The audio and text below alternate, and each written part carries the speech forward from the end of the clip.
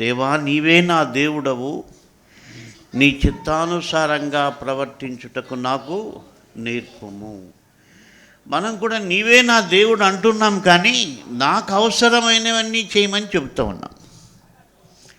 నా బాధలన్నీ తీర్చమని చెప్తున్నాం. తప్పేం కాదు, మనం దేవుణ్ణి అడగాల్సిందే.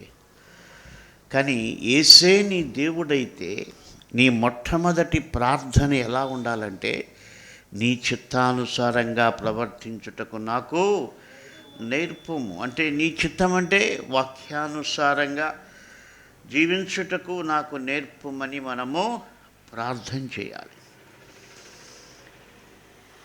నీ వాక్య స్వరము అర్థం చేసుకునేటువంటి జ్ఞానం కావాలని, నీ వాక్యపు నడిపింపులో జీవించగలిగేటువంటి కృప కావాలని మనం ప్రార్థన చేయాలి.